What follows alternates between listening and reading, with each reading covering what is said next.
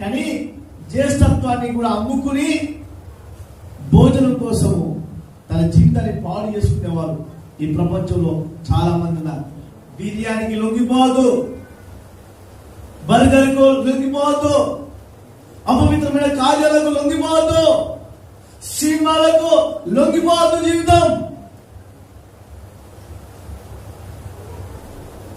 ఈ నూడిల్స్ కో లేకపోతే ఈ చిన్న చిన్న కార్యక్రమాలకు చిన్న చిన్న ఫాస్ట్ ఫుడ్ కో మన బ్రతుకును అమ్ముకోవద్దు. వివేకం పుట్టాలి, జ్ఞానము రావాలి.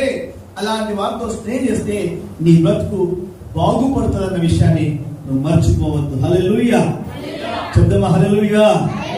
సాతాను పని ఏదో తెలుసా?